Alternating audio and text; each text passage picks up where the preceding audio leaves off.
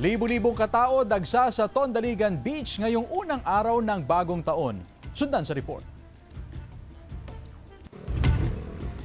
Alas 6 pa lang ng umaga kanina, dagsana ang mga tao sa Tondaligan Beach sa Dagupan City. Humigit kumulang 2,000 beachgoer ang maagang namasyal sa lugar upang doon ipagdiwang o i-extend ang kanilang selebrasyon ng bagong taon. Asahan pa raw na madaragdagan ang bilang hanggang ngayong hapon. Kabilang sa mga maagang pumasyal sa beach ang mag-anak na Kabiko mula sa barangay Matik-Matik, Santa Barbara, Pangasinan. Masayang nagsalo ang pamilya habang ini-enjoy ang magandang tanawin sa dagat.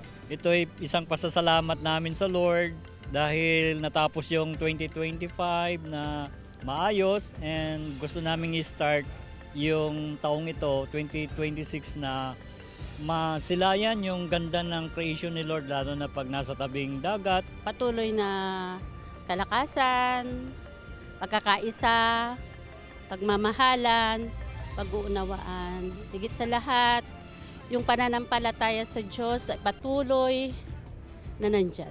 Dahil sa dami ng beachgoer, todo bantay ang mga miyembro ng Philippine Coast Guard sa lugar. Nakatutok din ang pwersa ng Dagupan City Police upang matiyak ang seguridad ng mga bisita. Bukod sa mga kawani ng CDRRMO at City Health Office, full force ang mga lifeguards sa pagbabantay. Maya't maya ang kanilang paalala sa mga naliligo sa dagat, lalo na sa mga bata. Malakas kasi ang rip current ng tubig na pwedeng humila sa kanila papunta sa malalim na bahagi ng dagat. Araw-araw umanong nakapagtatala ang otoridad ng near drowning incident. Pakibantayan po ang ating mga anak, mga kasama sa buhay. Mas maganda po ang New Year po natin na buo ang ating pamilya. Asahan daw ang dagsa ng beachgoers hanggang weekend. Kasama si Daryl Peralta, CJ Torida, One North Central Luzon.